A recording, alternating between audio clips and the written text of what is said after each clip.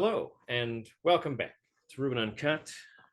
Ruben here, and I am being joined by, I guess, maybe semi-unofficial sidekick Gatto. Hello. My cat's here too. I don't know if she'll say anything, but today, today we got to talk about masculinity, femininity, and you know what? For an extension of that, so we still also sort of got to talk about men and women to a certain extent. And the thing about take the veil away right away, and because I've been watching a lot of these videos of debates, people discussing like men and women and masculinity and femininity, and like it's interesting, but like it's also frustratingly dumb. And here's why. You see, I'm just gonna pull away the curtain here and show you everything that's behind it, okay? Because the truth about femininity and masculinity is this: they are merely a reflection of the zeitgeist in how we perceive the behaviors of other people. Literally, our entire concepts of masculinity and femininity are in no way static and in no way stay the same. They have shifted and changed throughout history. And I'm talking about more than just Scotsmen wearing kilts and Spartans wearing skirts.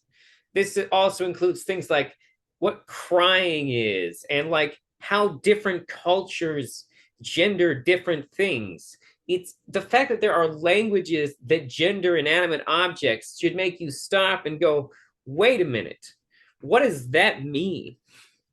At the end of the day, masculine and femininity is just the way people behave that we associate with those concepts. We associate femininity is just hundreds of years ago, somebody's mom was kind of like this. And then other people started to think that that's just what it was, that was femininity, what this woman hundreds of years ago was like. And because things change and people have different moms over different periods of times, slowly what's feminine shifts around. And the same thing for masculinity. It's just hundreds of years ago, somebody's dad was like this. And that's the whole thing. Femininity and masculinity, trying to measure it is like trying to measure like a rushing river, you know? Like the sediment is constantly moving and changing. It's there is no consistent concept of these ideas. And that's my opening statement. What are your thoughts, Gatto? They just It's not a debate. You don't have to take the opposite opinion of me and say that they're static. I was just so so you've had like have you ever had to think about masculinity much? I mean, sometimes I don't know. I grew up with like a hard ass military dad, and so his definition of what a man was like, oh, you gotta be strong and not cry ever. Like all the toxic masculinity greatest hits type stuff. Just no crying. You have to like sports. Or if you don't like sports, you have to be a classy, well-read intellectual or something. The two options. Yeah, Two like options my for men. like that's who I took my cues from at first. It was my dad, and we moved around so much. I didn't have a whole lot of other male role models except him, and he was gone doing military stuff all the time. So, and then he'd just come back. Hey, we're going for a 6 mile hike, basically. I mean, he said it was in kilometers, but I don't remember exact map. It's like but I was 8, and you like it made me go in the woods and do this hike with him. And yeah, I seem to remember him making fun of me for complaining that my feet hurt. And like I think that was his first like I'm gonna make a man out of you thing, was making me do this hike. I mean, I was having a good time before my feet started hurting. I, my dad is such a weird, like, facsimile of a man. I because like my dad has like a certain he has like a natural masculinity to him. He has like there's like an underlying like he spent his teenage years in Maine, so he has like this New England like alpha male mentality going on, but he's also a giant hippie, and that kind of like mellows it out and makes him like kind of a kind of passive aggressive, a little kind of makes him a passive aggressive dick sometimes. Uh, but like he never tried to enforce masculinity onto me. He just naturally had that like kind of boisterous. Would you describe my dad as having like you've met my dad? Would you Yeah. describe him as having like I hear people using this term now, golden retriever energy? I can see that. You could see that from my dad. Yeah. Yeah. And like I think that might describe my dad. Your dad's a little smarter than the average golden retriever, though. I'm sure he'd be glad to hear that.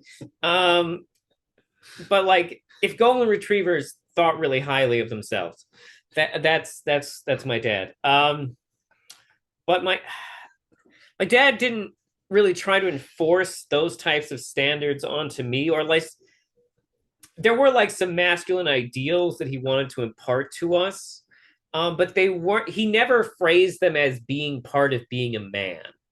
Like he would just be like, "Hey, always trying to convince us to have like a good work ethic." Although later in life, I realized he wanted us to have a good work ethic so that we would do more shit and he could just be lazy. Uh, but uh, but he never said like the work ethic or the working hard and whatnot. He never said that those things were part of being a man. Even like the most toxically masculine thing my dad ever did to me, uh, which was he went through like my dad's been through like a different periods and like phases in his life. And when I was very young, he tried to impart that like, hey, you only cry if people die, if someone's dead, and like he never said that was a boy thing or a girl thing. He just like he just gave that general statement. Later in life, he was like, no, crying's good. uh, which I'm glad because a lot of people don't seem to understand that crying is like a biological function. Your brain, when you cry, your brain is literally trying to like flush out stress hormones. It's it's it's good for you. It helps you recover from emotional struggles faster. That's the point of crying, so that you can have a period after you've had your mental breakdown where you're ready to function again.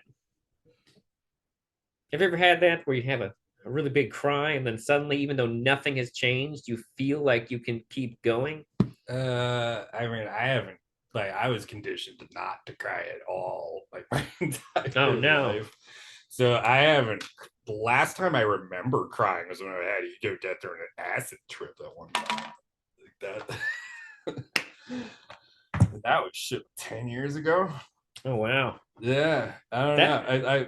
That I also am have major depressive disorder, so it might be I just have yeah, you oh my god, that means your body went went for most of large portions of your life with not like having a way to flush out essentially stress hormones from your body.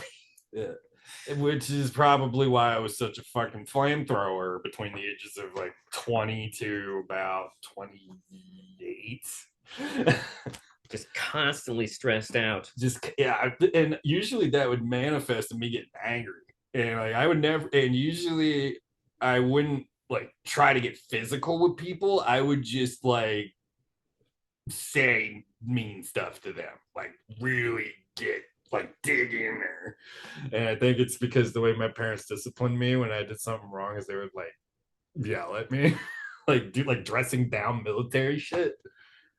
Yeah, that's how I was disciplined. So that's also probably why I'm not very good at maintaining eye contact with people because in my head it's like, yeah, you're gonna yell at me. And it's also interesting that I got really into punk and hardcore. If that's the case, like I don't know. Maybe I felt like I was the punk and hardcore guy, and that was me, and I could live vicariously through them. It's like this is me screaming back, and then I started doing that my own music. Um, it's probably why I gigged so much back in the day. Like, holy shit, I played. I mean, mostly open mics, but fuck, dude, I was playing at least twice a week, just screaming my head off, probably sounding like absolute shit because I'm wasted. Because it's another problem that I wasn't addressing. But yeah, I don't remember like I want that kind of catharsis, but like yeah, the way that I would get that is just like getting really angry, saying something rash, or I would break shit sometimes too. Mainly when I was way younger though, like 17 to about 19. That's when I would break shit when I was mad. I find no, I hear you, man. Like I probably cry more than the average man, I would guess, mainly because like mainly because at some point in my life I understood that it was healthy to cry. But like there is still like I don't know. Like sometimes I find it hard to find catharsis in life. And like I typically only cry at the end of like an excessive amount of stress where I'm having some type of mental breakdown. However, I have found out that I get myself to cry a little bit by by taking psychedelics and watching superhero movies. Not all superhero movies, just the ones with like some of the really heavy shit in them. Like you ever seen the movie Logan? Yeah, yeah. Yeah, no. I saw that one twice in theaters. And the second time I watched it, like, and this is a spoiler for Logan, which you should totally see. Uh so skip ahead if you don't want a spoiler, I guess. But the thing the scene where he's like the scene where Logan is burying Professor X. Yeah. Oh my god, the second time I watched it, I was just that like hit me like real hard. Like holy shit. They spent all their lives having these adventures and like this is where Professor X's journey ends. Oh my god. That's that's intense. And like and Logan who just keeps on living has to basically be here and like bury the last of his living friends. Oh man, what a what a fucking heavy moment. Oh, I teared up a little bit watching it the second time. I was like, God damn. I just felt really hard for Wolverine, Professor X. I've also teared up at some of the World War One stuff and Wonder Woman. That's the I like Wonder Woman does not pull punches about war, which which is surprising. And also maybe one of the things that makes it so exceptionally tonally different from the sequel, which I didn't hate, but like the tonal difference between them is like, what? Why? Who thought this much of a tonal shift would be a good idea? It's a, it's, it's a lot. But I've gotten off topic. I mean, the truth about the matter is that everyone has masculine and feminine traits in them. There isn't like this there is no like this person is 100% masculine and this person is 100% feminine. And even if you believe that that was something that was technically possible, it would still be something that would get fucked up. These things, like I said before, just like constantly change. Like, remember when gentlemen were the thing? Like, way back in the time period where men wore corsets and and high heels and every fight was done with guns at 10 paces or something. I will not beat you with my hands. Hand me my gun. I'm willing to fight you with a sword. Ah, I see you are an educated man. I too will fight you with a sword. Like it's just, oh man, it's just we've gotten really hung up on this masculine and feminine thing in our society right now, and everyone just needs to take a deep breath, in my opinion. Have you seen all this alpha male content, Gato? Yeah, That shit is fucking wild. yeah. Some of it is like really funny, but in a scary way. Yeah, It's yeah, like no, Andrew Tate is hilarious as a part, like just because of the fact that he exists, like how, and nobody's like just beat the fuck out of him yet. But like then you realize he has like so much reach, and so many people look at him. It's like this is what a man should be, and they're all like very scared little guys. That's terrifying. Like somebody might go militant for that there if they put their own prison again. dude, people are freaking out about him. Like the thing about Andrew Tate is that like okay, kids, if you're a fan of Andrew Tate, I have to tell you that here's the cold hard truth about Andrew Tate. Andrew Tate isn't selling you how to be a man, he's selling you how to be a pimp. Okay? Yeah, that's basically what it is. This Andrew Tate's techniques for getting women do work, but the reason they work is because they're how to manipulate women, because that's a pimp's job. He is a pimp. He operates, functions, and thinks like a pimp. The way he is telling you how to deal with women is not how you deal with a wife or a partner or any kind of spouse. It's how you deal with a prostitute that is getting out of hand and messing up your business. That's not how you should be treating a significant other. That is the cold hard truth, everyone. He is selling you manipulation, and which is why it's like if you understood what he was selling you would never trust him. Like, I mean, I would trust him just because of the things that come out of his mouth. Like, I thought he was doing a bit at first. I was like, is this like just some weird like TikTok character actor guy? But then like because I saw some clips of him and everyone when he was like a newer thing, and everybody was just like, yeah, look at this idiot. No one listens to him though. It's fine. And then he just blew up somehow, mhm. and now people do listen to him. And then the right wing took him in, sort of. Yeah, Oh, that's the other thing is that like there's a weird crossover right now between the right wing and the red pill, which is what the alpha males and whatnot call their movement, or at least some of them do, which is the most intensely ironic thing you could ever possibly have happen. I don't know if you're aware of this, Gato, but The Matrix, the movie they're referencing by saying red pill, is in fact an allegory for the Wachowskis dealing with their gender dysphoria. yeah, I heard about that. Yeah, no, that's like first of all, the red pill itself is like in the 90s, that's what an estrogen pill looked like. And like the whole point of the movies is that Neo and uh Neo and Trinity are actually like two halves to the same person.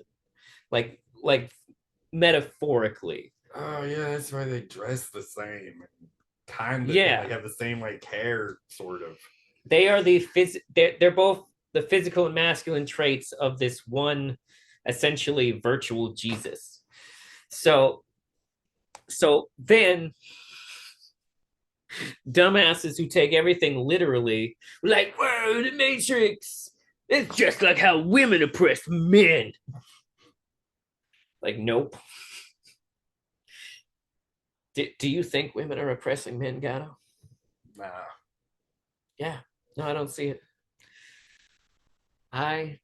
There's just, Hey, a lot of those guys like they're just dumb, and it's like if you look at their arguments, like you're not really mad at women, you're just mad at what is expected of you in social, but from social norms, from a human's overly complicated mating rituals. That's what you're angry at. You're not women. You Dude. just admit you're an introvert and you're scared of being rejected because that will not feel good, and then move on. None of this. Women are dumb skanks, and you gotta be very forward with them and be a dick, and everyone will love you. You'll But get $1 million. they can't. But men can't.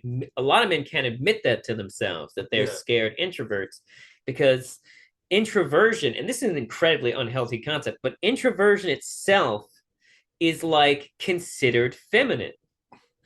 And like, there's no reason for that. Like, Stoic philosophy is about being an introvert, and that's considered masculine.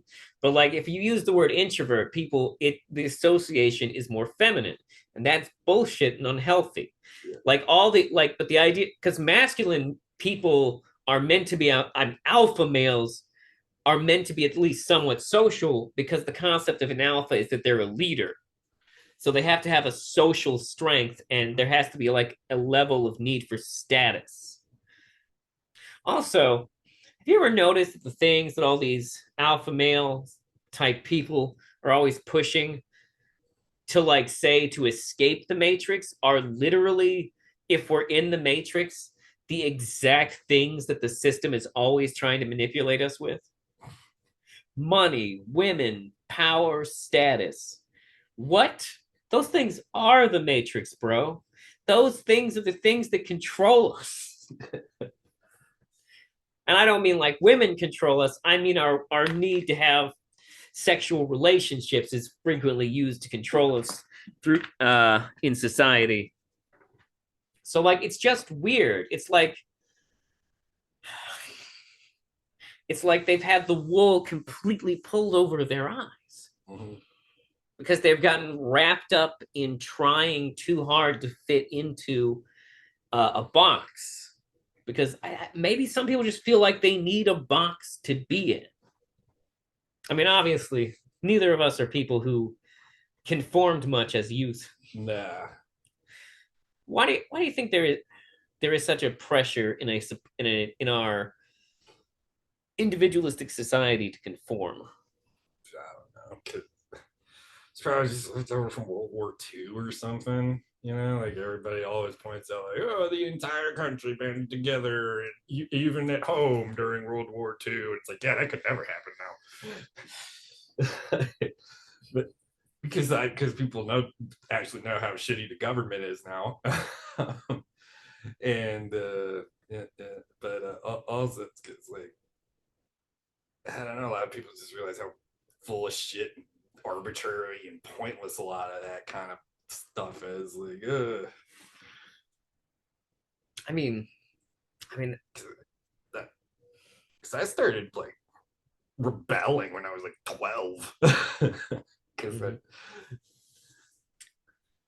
And I mean, so that's an interesting thing, is that like the rebels of our society have changed in a way. Like, these alpha males at least see themselves as rebels, but like, the reality is that they're fighting for a status quo that just doesn't exist anymore.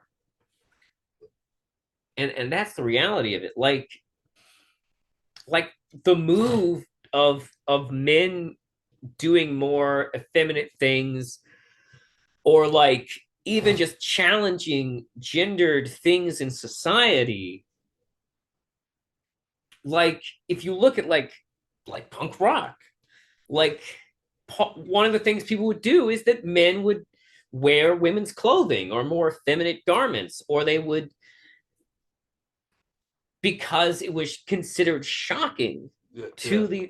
the conformists. Yeah, and they took cues from glam rock on that. Like, David Bowie almost like caused some like David Bowie, T-Rex, like all like bands like that.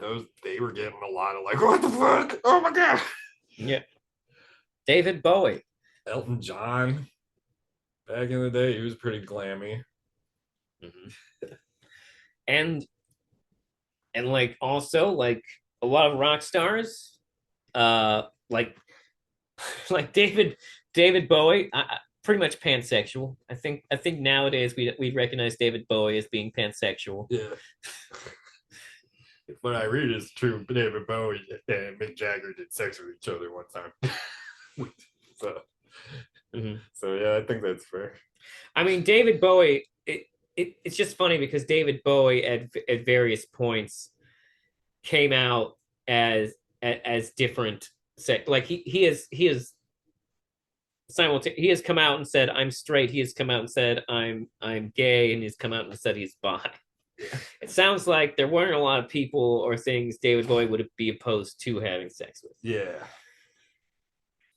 And then you get to the 80s hairband guys, a Oh lot yeah. of whom listen to David Bowie and T Rex and shit like that. And it's just like Motley Crue got really androgynous with their shit, especially the first two records. Mm-hmm. Yep. Like Well, I've dabbled with makeup usage in high school for the same reason, just because like fuck it, I wanted to. yeah. No, I've painted my nails before. Yeah, I used to paint my nails all like every week. Not eye makeup to school every day because they started to wake up at 5 a.m. and I didn't want to do it. Yeah. I was like, fuck it, people get the point without it. But like, but I would still dabble in that. I mean, I stopped like immediately after I graduated high school because I just couldn't be bothered anymore. It is a lot of work. I am impressed. Well, actually, I don't even know I should be impressed or if like this is just one of the ways in which society is like almost like cripplingly dug into to women's psyche. I'm impressed that so many women do makeup in the morning Yeah. before they go to work. Like I'm impressed that you do that. I work in veterinary medicine, so I don't see a whole lot of like full face makeup. But yeah, some of them. I work with mostly women too, and like it's yeah, only like two or three of them like put on eye makeup or anything. Because like, why would you? You're in, about to wrestle with dogs all day. You don't gotta look pretty. You don't want to look put on a full face for that. Some people feel compelled. Some people feel compelled. Dude, fucking did I tell you about the keynote speaker at my pinning ceremony that I had to go to for vet tech school when I finished up? I do not remember this. No, what happened? Oh my god, she was alumni of the fucking program, and she was a former Miss Oklahoma winner or something. So just, she graduated from the vet tech school and then did pageants. And like her advice was like her fucking speech was bullshit. Like the first act of it, however you want to, whatever you want to call it, was just like, "Hey guys, school sucked, huh?" Reference that only we understand. Other reference only we understand. Reference to teacher that you guessed it, that only we understand, thereby alienating all of our families that are here right now. I didn't have anybody there, so I didn't give a fuck. I was so high. Dude, I got absolutely blazed in the fucking woods before that thing because I knew it was gonna suck. But oh my god, but it was yeah, and then she moved on to like advice for this profession. And her advice was be not basically can be boiled down to be nice to everybody and look pretty. The most sizable chunk of the section of her speech that was supposed to inspire us as newly accredited veterinary professionals was make sure you look nice, guys. What? See, including you the only three men in the program. Yeah, yeah, she just said like if you're like you have to look your best if you want a client to pay hundreds of dollars for diagnostics and pay aftercare. Like fucking no, dude. I want to look like I know what I'm talking about. I don't like why the fuck do you gotta look pretty to do that? was this woman in any way connected to veterinary science? Yeah, she was an alumni of the program. But she was also a pageant person? Yeah, but she was also Miss Oklahoma or Miss Tulsa, I forget which one. And it wasn't even Why? recent. It was like 5 years ago by that point. It seemed that must be the type of mentality that pageant people have, man. Yeah, and it's like she couldn't be a stupid person because she finished that program. Like, you can't be dumb and pass that program. Tulsa Community College Vet Tech School is fucking intense, dude. So like, she should know good things to tell us, but that's all I remember her talking about was just like, be nice to people. If people are mean to you at work, it's because they're sad. And it's like, oh my god. Or they're just fucking ignorant hillbillies that don't fucking listen. You ever think of that? Sometimes people are just dicks. Whatever the fuck your name is. Oh man, yeah, it can be. She talked for 30 minutes, just like, look pretty and be nice to people. Yeah, it's like, why the fuck would, like, and like, her mentor at the business was also one of, just like, probably just one of those fucking southern broads that just been putting on makeup since they were 5. They still cake it on there and probably wear like bedazzled jeans and fucking rustic cuff bracelets, like just one of those fucking like upper middle class southern ladies. And that's who she's taking cues from. Like, oh, I need to put on a full face of makeup to go get slobbered on by dogs that may be clawed up and covered in hair. Yeah, I need to look pretty while I'm doing this job. Like, no, fuck you. What kind of advice is this? Was there no one else? We couldn't have, like, aren't there people on veterinary faculty at Oklahoma State who graduated this program? You know, Oklahoma State, like, best vet school in this region. We can't get someone from there. No, we got like Miss Look Pretty and Be Nice. That's their big. Like, I was so pissed, and I was even more pissed off because, like, dude, like, most of the people in this program are women between the ages of 19 and 45, and your advice to them is just look hot. Like, fuck off, man. Like, I'm not even a woman and I'm annoyed by the fucking contest. That's that's some serious tradcon energy right there. But I mean, it was Oklahoma. Fair, fair. A fair amount of people in that program were just hard ass country broads. Probably didn't take kindly to that either. Like, I know my buddy Abby was fuming the entire time that was going on. I heard her whisper, "Shut the fuck up" to herself. I was like, oh, Abby's mad. Yeah. Oh man, I'm so glad I shut up high to that. If I was sober, I'd have been just. I want to go. I mean, see, like that's the kind of thing that I don't think like it's very apparent to me that men don't put a lot of thought into thinking about women. And I mean like men think about women all the time, but I mean like trying to understand women. Because like I think the first thing you have to understand women is that there's human beings and human beings are pretty hard to understand, whether they're men or women or doctors or introverts or extroverts. All our communication is flawed and we're all just trying our best. So I really think that we're getting our society's getting real hung up on it right now. And they really, our society needs to just really be like, just let it go. People are going to be the way they're going to be. I was going somewhere with this, but I forgot what I was going with it.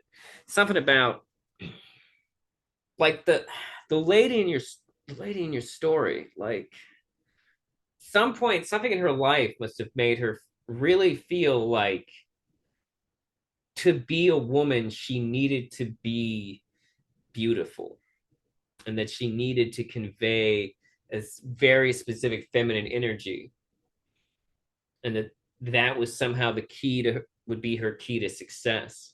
I've met a lot of women who just like feel more confident when they have makeup on, and that's part of the reason they do Mm-hmm. I wonder if there's a correlation between men paying more attention to women with makeup it. on. Probably. Um, or if it's more of just like, or if it's more of a what's the word? I want to say psilocybin, but that's not the right word. um, shit. What is it? When you have when there's when it's placebo. If it's a if Yeah. it's like a placebo thing, like when I'm working out at the gym, I feel better about my body if I'm watching myself work out in the mirror. And I understand that there isn't actually a real difference between my body then, other than the fact that I'm exerting it, and when I'm not working out in the mirror. It's just me tricking my brain into like feeling better about myself.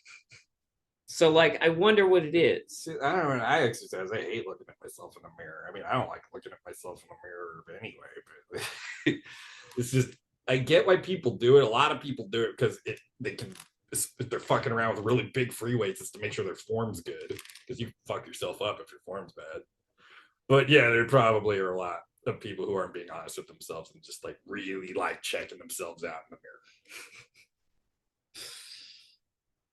It is with more. I do only do it with specifically like weights that go on my arms. Yeah. I don't know why it's that. Like when I work on a machine, it's like I don't need a mirror for this. This is that would be a waste of my time. Um, but yeah, no, like there is. I got into working out like as a take my mind off of booze thing when I first quit. And I got pretty cut up before COVID happened. Nice. So I don't know, but now the thought of lifting weights, just like, oh my god, it's so boring though, and you got to deal with all the people who take selfies all the time, and people who think of the work that a bench for a machine is a fucking chair, and just sit there and dick around on their phone forever. I go to Planet Fitness, and I have not seen anyone taking selfies there. I mean, a lot of them do them in like the locker room, like in the mirror, Oh, so that way they can. I don't spend a lot of time in the locker rooms. Maybe that's why I don't see it. Yeah, I don't know. Like the gym I went to in Tulsa was like, it was just like your average folks kind of gym. So the clientele ran the gamut between like just middle class people, like type people, and then like occasionally like hillbillies who commuted in from out of town who were working out in jean shorts and a white beater. And then you get like the old people who just go to like get out of the house. And, oh man, yeah, the locker room's a weird place when you inadvertently show up around the time all the old people want to leave, because I saw some things in that locker room. Just like, yeah, old guys just don't give a shit. They're just walking around naked in there having conversations. This would be one thing if it was a bunch of hippies or something, but this is like a bunch of like, oh, America, I won't drink Bud Light no more type guys, just all naked as the day they were born. Just, some of them would have towels around their necks. It's like, buddy, just wrap it around yourself, please. Like, dude, I'm from Europe and I don't want to see this. You know how many statues I would see of just dongs out all the time when I was a kid because I lived in Europe? So many. And this is making me a little uncomfortable. Maybe that's what's wrong with America, though. Maybe the lack of dong statues has made America into a country of pussies. Like we're just a country that can't handle the idea of society being even mildly sexual. Have you noticed that? People freaking out about it all over the place. Oh man, I like just yeah. That's why I always think it's funny that the most pearl clutchy like rich people go to Europe. It's like I'm fine looking at dicks all day because it's gonna be most you're gonna see. So, so a thing when we're talking about the gym, it reminded me of another thing that's going on in the. Have you heard the term manosphere? Yes. Well, another one of these things that keeps being kicked around the manosphere, which is deeply problematic and bad for society, is like their mental health denial. Yeah. Like, holy shit. I've seen clips of manosphere podcasters be like, oh, it's all bullshit, it's all in your head. And then like during their like circular thought loop of them just repeating the same 3 points but with different wording, they'll like without a stitch of irony prove that like they have some mental issues they need to Oh work on. yeah. Oh yeah. And like so many of these dudes, like I just want to be like, who the fuck hurt you, man? Yeah, Because like they're terrified of women, and they like some of them really hate women. yeah. I mean, I don't know. I mean, like, I don't get it. Like, there's been plenty. I've dated plenty of women that just driven me up the wall. I got picked. Like, I was small enough in middle school that girls picked on me, but I've never had a moment where I've been like, you know what? Fuck that entire portion of the world's populace. I don't like any of them. Yeah. No, and like there's this element where like so like let's hold on, we have to address the mental illness thing first. So all right, everybody listening, this is important. Mental illness is a real thing. And yes, exercising is good and helps with mental health. I go to the gym frequently. However, and this is the big thing, you have to understand this, that there is a big difference between being depressed and having depression. Anyone can be depressed. Anyone can have a time in their life where it's like, oh, I don't want to live. Like anyone can have that. But having depression means that there's something up with your brain and it's been continuous or nonstop for a period that is excessive. That's probably not the greatest expression of it, but my point is that some people have a condition and some people are just feeling down. There's a difference there. And maybe because if you are a person out there, because I feel like in the manosphere, I hear people say this all the time where they're like, yeah, I was feeling I was depressed, but then like I changed my situation and like I got in better shape and now I'm not depressed anymore. I beat depression. It's like, no, dude, you didn't beat depression. You had situational depression. There was just your life wasn't in order and you felt unhappy. You didn't have depression. You were just in a your situation just wasn't good. Because there is a difference between those two things also. And the way they discredit medication. And like I understand that medication is not perfect, but like some people really need their medication. I've met some of those people. They're definitely better off on their medication. So I know I've been doing a whole lot better since I finally sucked it up and to an actual psychiatrist. Mm-hmm. I feel like there's a lot of medication paranoia. Yeah, I mean, it is kind of a scary prospect at Mm-hmm. first. It's like, I mean, I felt that way when I was in college. A general practitioner prescribed me to take half a pill of Lexapro once a day, and like I was so nervous about it that like I never used the prescription because I don't know. You get a lot when you're paranoid about it, you get a lot of weird thoughts that make sense before you're on it, but once you're on it, you were like, oh, I was worried about really stupid shit. yeah. Before I actually got the person who finally convinced me to go to an actual shrink was the Tulsa Community College's one counselor for students. They only have one. Oh boy. So that's why you only get 3 appointments per year. But That's but yeah, he's really good though. He like his name's Chad Michael, I think. Like that's his actual name. And yeah, he's very good. He described it like if you get like your problem is right now is that you probably have ADHD, and since you've never considered that before, you've always thought you're just really stupid.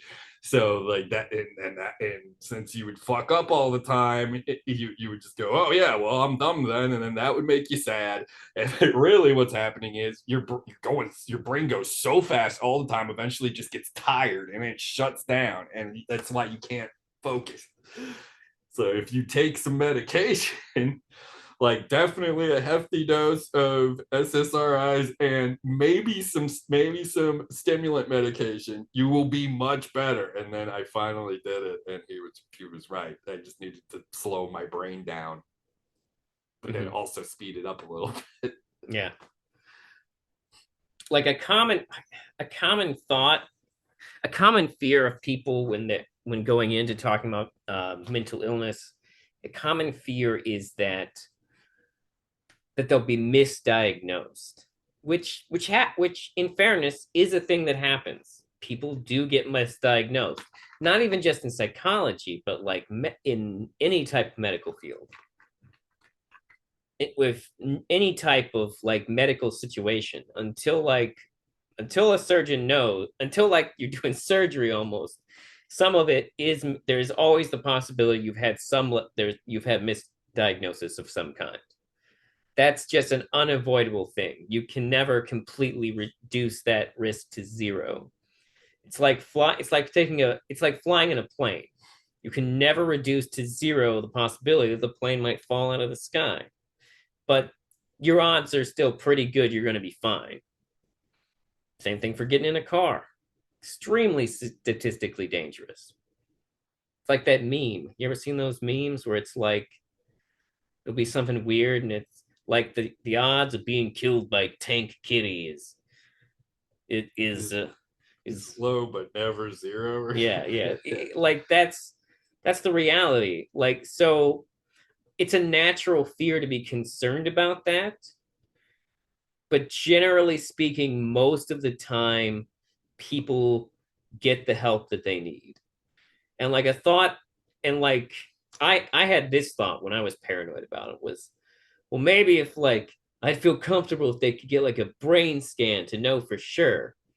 But like once you know how much an MRI costs, Yeah. you understand why that's not standard diagnostic procedure. It's like, oh, you want your diagnosis to cost an extra $5,000? Okay, get in the machine. Like that would mean no one would get help. Yeah. So like, yeah, eating better, going outside, hugging a tree, reading a book, talking to friends, exercising, all these things are good for you and they help. But they are not, none of it, not a single one of them is a cure all. Because another misconception people have is that when you start taking medication, that medication is just something that makes you feel nothing. Like I understand that some people have that experience with medications, but I've never had that experience with medications. Yeah. Like I haven't yet to take a medication that made me feel like a zombie.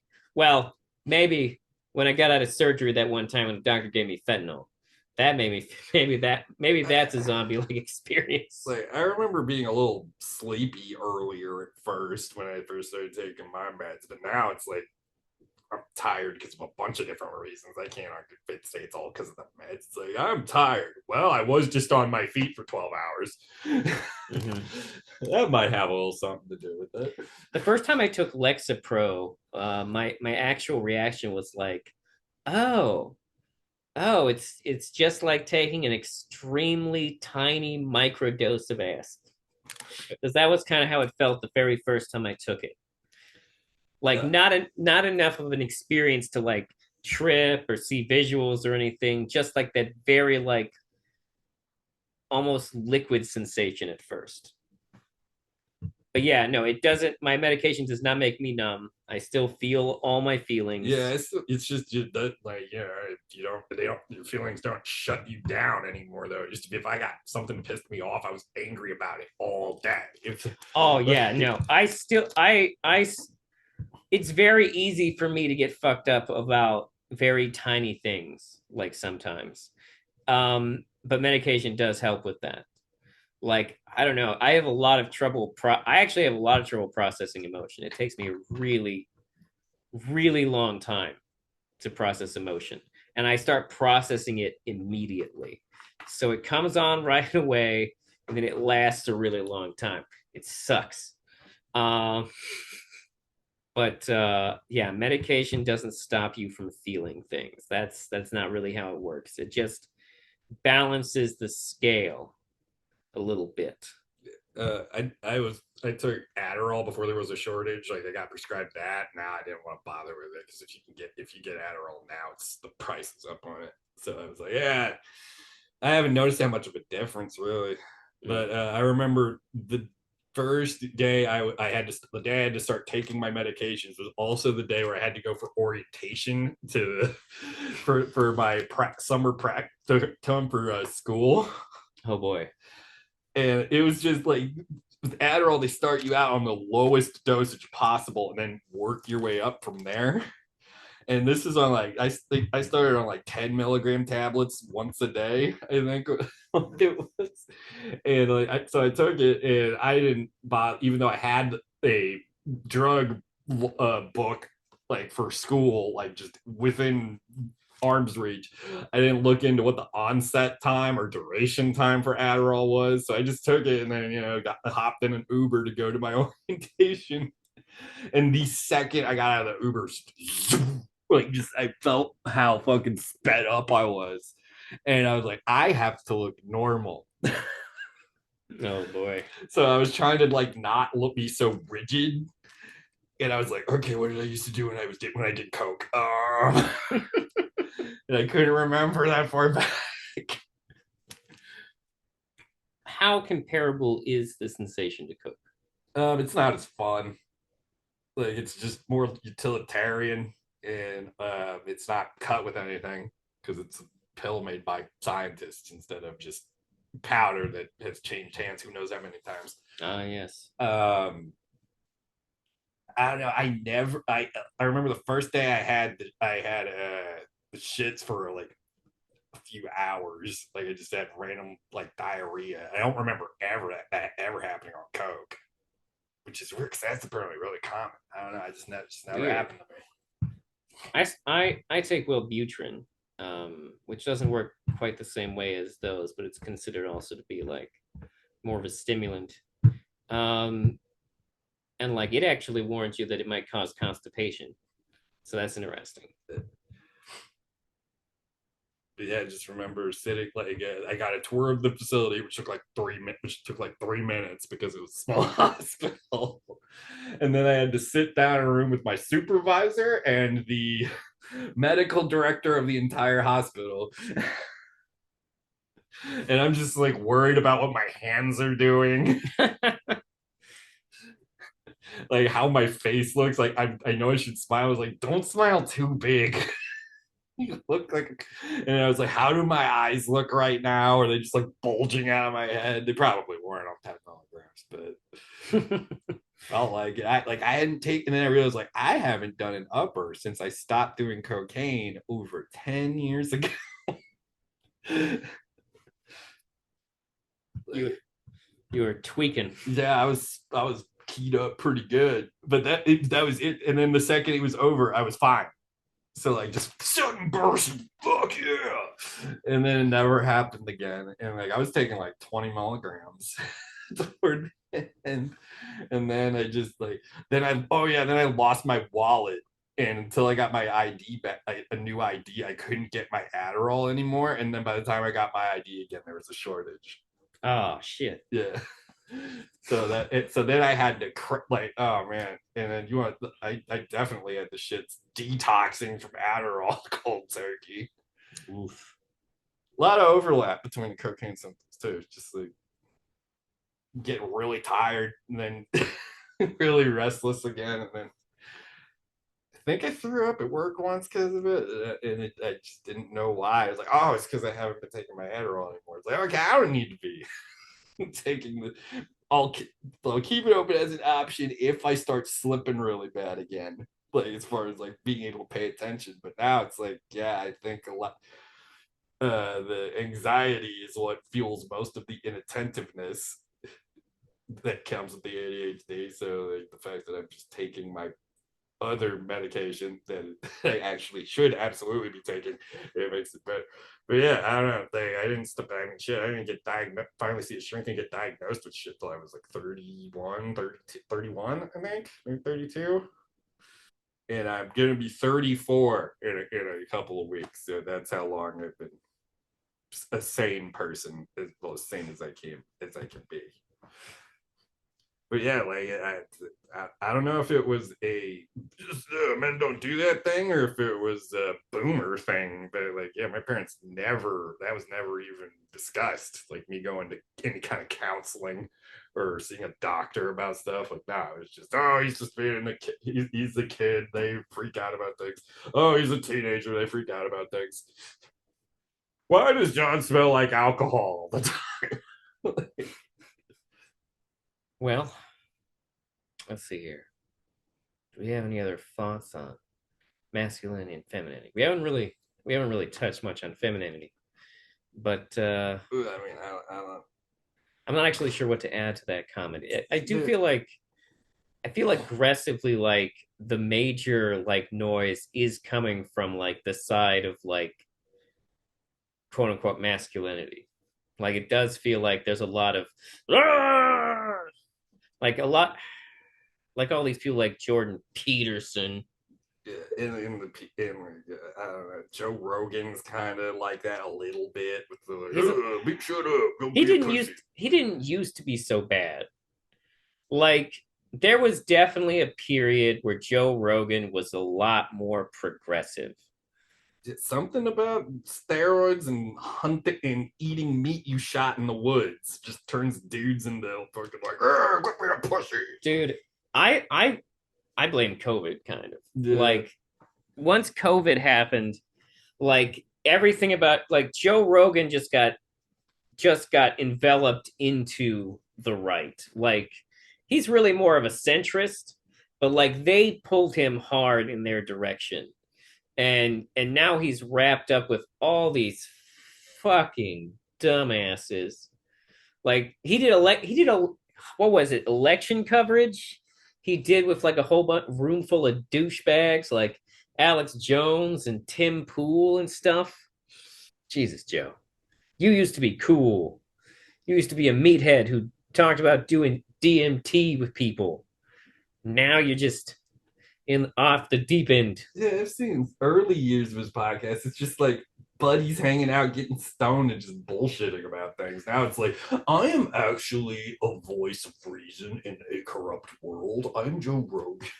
I don't know why my Joe Rogan impression is very similar to my Gene Simmons impression, but oh god, Gene Simmons' Manosphere podcast. That would be funny. I mean, Gene Uh, a Gene Simmons Manosphere podcast would be funny. Yeah, yeah, but I don't think he'd be able. It would be just him talking, though. I don't see Gene Simmons having a co-host. You wouldn't want to share with anybody.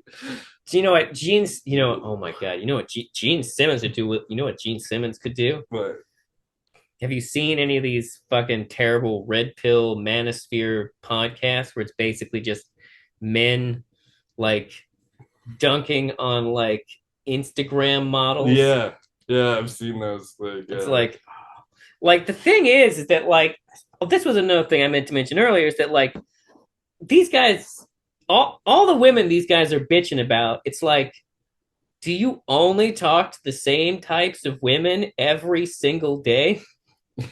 Like it's they're clearly describing a very specific type of woman. And I think it's that it's I think they're suffering from a lot of selection bias. Because what are they talking about? They're they're talking about women who go to clubs, and then they're mad. They want to date women who go to clubs, and then when those women still want to go to clubs, they're like, "Why aren't you my trad wife? This is bullshit. You're just going to those clubs to have sex. I know it."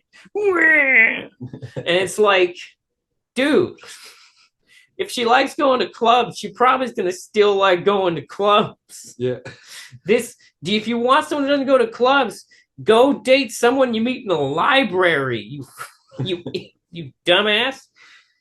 Get go to a Comic-Con and meet an introverted girl. If you want someone who's not just constantly going to clubs and doing like, stop dating models who are going around. Stop dating models and OnlyFans and TikTok people. If you like you're dating from a very select, specific group of people.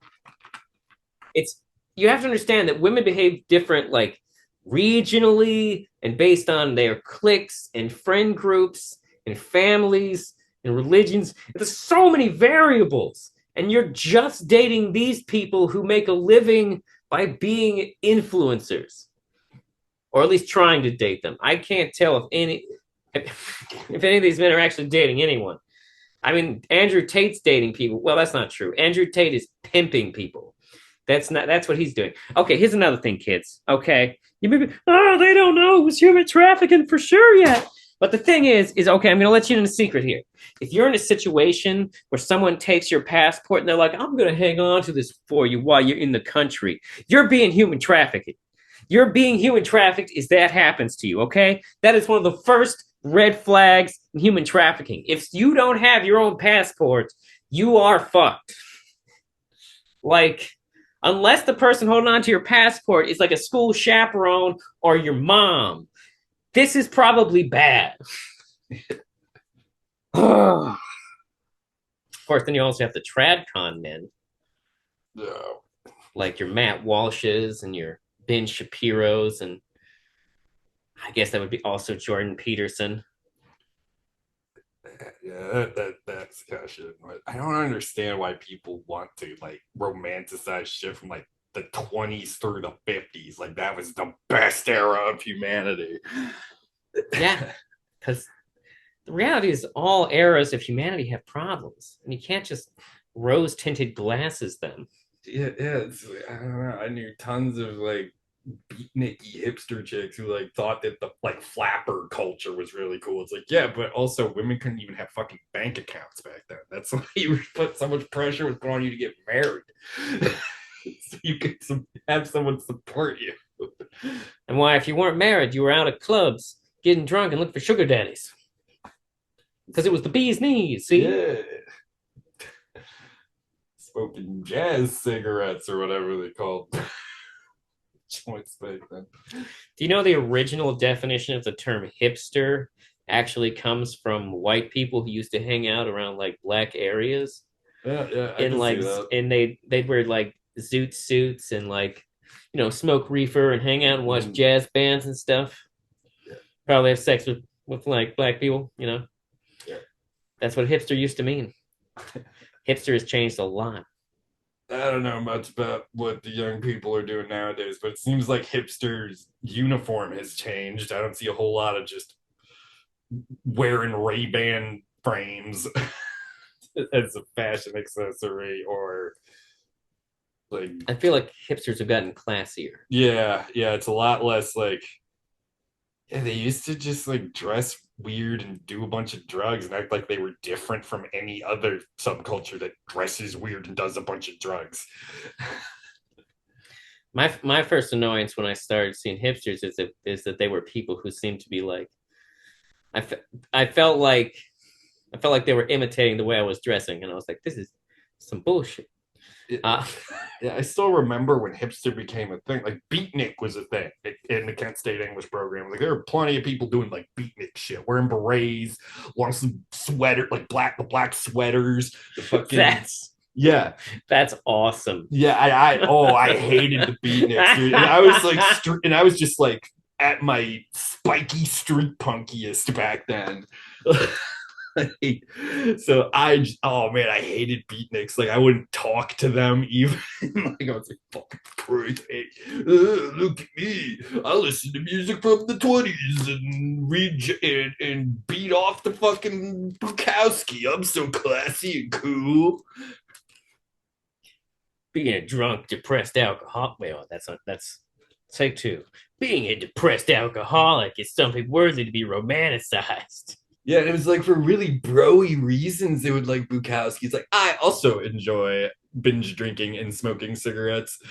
This guy rules. And then like when you get older, you realize he was just a sad, depressed, lonely drunken lout who had very few friends, and his fucking prose ain't that good. I don't understand. Like, I was born of this into this. Oh my gosh, so deep. I'm gonna base my entire personality around this. So I was like, yeah, at least I was writing my own fucking songs. Like, you could argue I was that deep into punk rock back then, but like, it's shit, dude. I was at least contributing to it, not just flexing in my poetry class at a state college in the Midwest. Like, the fuck, dude? You ain't the fucking cafe why are you? I believe that Kent State is actually a state university. Ooh. Yeah, it's probably.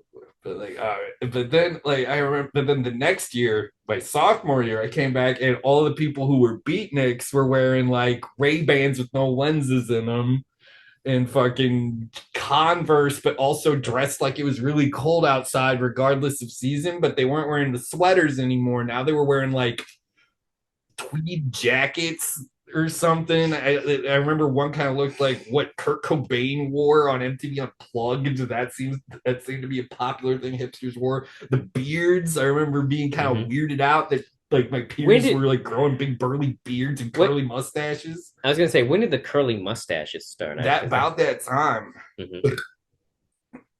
Yeah, and just like everybody, but they still did beatniky shit, like smoke cigarettes, usually clove cigarettes outside of fucking uh like Satterfield or wherever, and just like yeah, man. And like they would chain smoke for like they would meet up early to hang out outside the building and chain smoke, and then go inside and read their shitty poetry, and then they would meet up afterward to talk about what they thought of everyone's poetry, and oh my god, the smugness. Because I would get invited to that shit because they thought it was funny. Like, oh, let's get the guy with porcupine hair to hang out with us. I mean, And the joke's on them. I'd usually be fucking trashed by the time that class rolled around, or still trashed from the night before in some cases. in many ways, you were the real Bukowski. I was more Bukowski than they would ever be. I was a drunk who hated myself. Refused to admit it. If I was 19, I was probably on coke too. So I definitely didn't have patience for this shit. But yeah, that's just. And then I was like, oh man, I should change my fucking major. And then because I didn't want to hang out with people like that anymore. So I added a theater minor just to kind of test the waters. But they're in the fucking theater program too. So it's like I can't get away from them. Everything I like is stuff they like. That's what you get like. That's what you. That's what you have to put up with for liking good stuff. Yeah, Douchebags yeah. who like good stuff. I mean, every now and I think there was one hipster guy I kind of made friends with. I mean, yeah. I mean, Because they weren't all bad. Like some of them just liked how that style of clothes looked, and mhm. also enjoyed listening to obscure records and having people to talk about it with them. Yeah. Yeah, I'm pretty sure It's not their fault they stole my Mobius beard. yeah. I mean, none of them were touching punk stuff at the time. Like now, hipsters are into like dyeing their hair green and shit like that. But like none of them were doing that at the time, so I didn't feel like they were intruding on my turf. Not that I dyed my hair, but I did stuff that people who dye their hair that color would do to their hair. I think the emo kids also like bled in the color Yeah, stuff. Also, I think some hipsters may have been emo kids after someone gave them antidepressants. yeah, But yeah, yeah. Just like but that in like I remember like the hipster culture at the time. Everybody was really into like just being seen looking sad smoking cigarettes in front of places, and they would like they wouldn't bring their MacBook with them everywhere, but they would bring like a notebook or something and just sit in a public space and write. And like I write too. I can count on one hand the amount of times I have written in a public space, and every time I have, it's just been quickly jotting shit down so I don't forget it. Or when I was poor and didn't have enough money for internet and I had to go somewhere on my online classes. now, just to tie it back in here. So hipsters and like Bukowski fans are themselves reveling in a Yeah, generally masculine like stereotypes. yeah, because fucking Bukowski was a fucking bore, dude. He just like banged hookers and got drunk all the time, and I don't think he actually ever loved anybody. So like in a way that's chauvinism, and a lot of that fucking be a man, women like we use femininity at you as an insult. And of course, hipsters also fall into the category of the two acceptable things for men to be, which is either Classy guy or fuck you, bro. I only ever feel horny and angry. yeah, Only two acceptable emotions for men to feel. which ties us now back around to Jordan Peterson, Yeah. the pseudo intellectual of the manosphere, the man who supposedly has all the education and knowledge.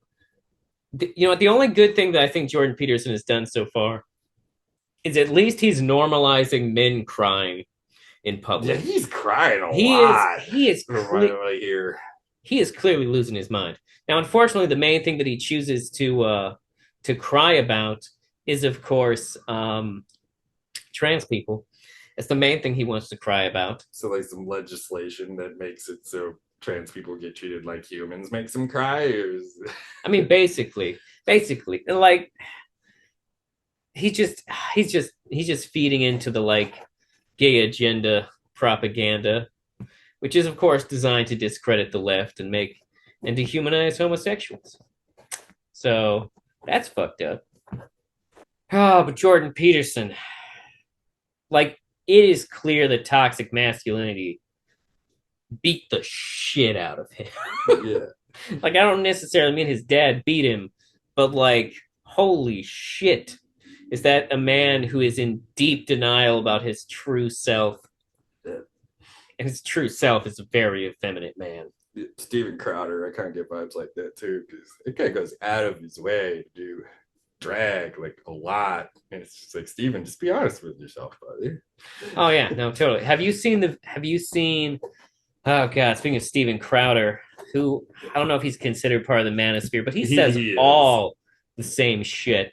Yeah, Uh, I think he's technically counts. he have you heard about his divorce? Yeah, and how he said like, oh, if divorce wasn't legal, I wouldn't let us get divorced because fuck you, you're my captives now. Yeah, which is probably just honestly a virtue signal towards the right. Yeah. Like because like I don't know. He have you seen the video? I don't think so. No. So there's just a video of him fighting with his wife, and he's just being an he's being it he's being a piece of shit. I don't know. I've noticed like this goes back to what we were talking about in the Oklahoma episodes, but like just places that run mostly red. I've noticed like a lot of. I've never seen trucks from the 60s and before being used as daily drivers before I moved to Oklahoma. And I think a lot of that is, and there's no way those cars are good anymore. But like people, but like those types of people, like they wear it as a badge of pride. Like not only am I a manly man who knows how to fix stuff and likes to work with his hands, or my hands feel like bricks or something like that means I'm a man. But also they think like I don't just give up when something clearly isn't working out. And it would be a lot less stressful for me and everyone involved around me if I would just stop. But like, yeah, just so many. Like, I once saw a dude driving a truck clearly from like at earliest 1960, and there was like the interior was pretty much eroded. He was basically sitting on springs, and he was just like, "Yeah, this what and that thing." It's just like I don't give up on nothing. And then there's pop country songs about that same shit. Oh, I'm not surprised. I Yeah, you know that's a good point. Like not giving up, like that yeah, kind of yeah, yeah. stick to itiveness. That is a very like a thing with very heavily associated with men. And let me tell you, as someone who has a hard time quitting things, there's a lot of things in life that sometimes you need to be like, okay, well, let's call it even here. Yeah, Let's yeah. back out. Like you need to know when to call it on some things. Like you gotta, it's like the song says, you gotta know when to hold them, you gotta know when to fold them. Know when to walk away, know when to run. You give it. Like I don't know. I used to know the whole hook because I lived in the South for so long. I don't know, but it is a good line because it's true. Like sometimes not being able to quit or give up or pivot away from what you're doing when it's not working is can be extremely detrimental to you as a person. And that's a thing that people don't don't register, because we put a lot of emphasis on not giving up on things. Mhm. So that, I don't know, there's just a lot of deeply problematic stuff there. I have no idea when we started recording, but it is now 6 o'clock. I want to wrap it up. Actually, I don't know. Yeah, yeah. You could do a part two if we feel like it. Yeah, no, totally. Maybe we'll have a masculinity roundtable. Get some other men on here. Yeah. That could be Cool. fun. Yeah. Uh, but so to sum it up, everybody needs to chill out. If you're a little masculine or a little feminine or whatever combination of traits you have, don't fixate on it. Just focus on how you treat other people and how you respond to problems, and you're going to be okay. Okay? You may not have the strengths or weaknesses that you want, but you've got to work with strengths and weaknesses that you have. Okay? So take a deep breath and say, I am who I am, and move on. Stop fixating on this whole men versus women thing. You got to get that out of your head. It's a mental block. You have a mental block. You know, it's like the chicken thing. You mentioned mating rituals earlier. Mm. And like, I can't remember if you told me this. Maybe it was probably you. But like, we've accidentally there's many species of chicken that we've accidentally bred the mating instincts out of them. So they no longer know how to like do like typical chicken courtship. Like, because some chickens have like dances and stuff they do to court each other. But by and large, most factory farm chickens now are just full on rapists going around raping chickens. And of course, I mean roosters raping chickens. Mm. And somehow at some point they lost the ability to understand how to do the mating ritual thing. So, figure it out, people. Don't be a cock. Be a good person. All right. Any final thoughts, guy? Nah, not really. Okay. All right. Well, thank you for listening. If you've enjoyed this podcast, please like and subscribe wherever you're listening. Also, feel free to check us out on the YouTube if you're listening on the Spotify. And if you're listening on the YouTube, check me out on the Spotify. All right. Also, you can email the show at rubenuncut@gmail.com. Thank you for listening. Have a fantastic day.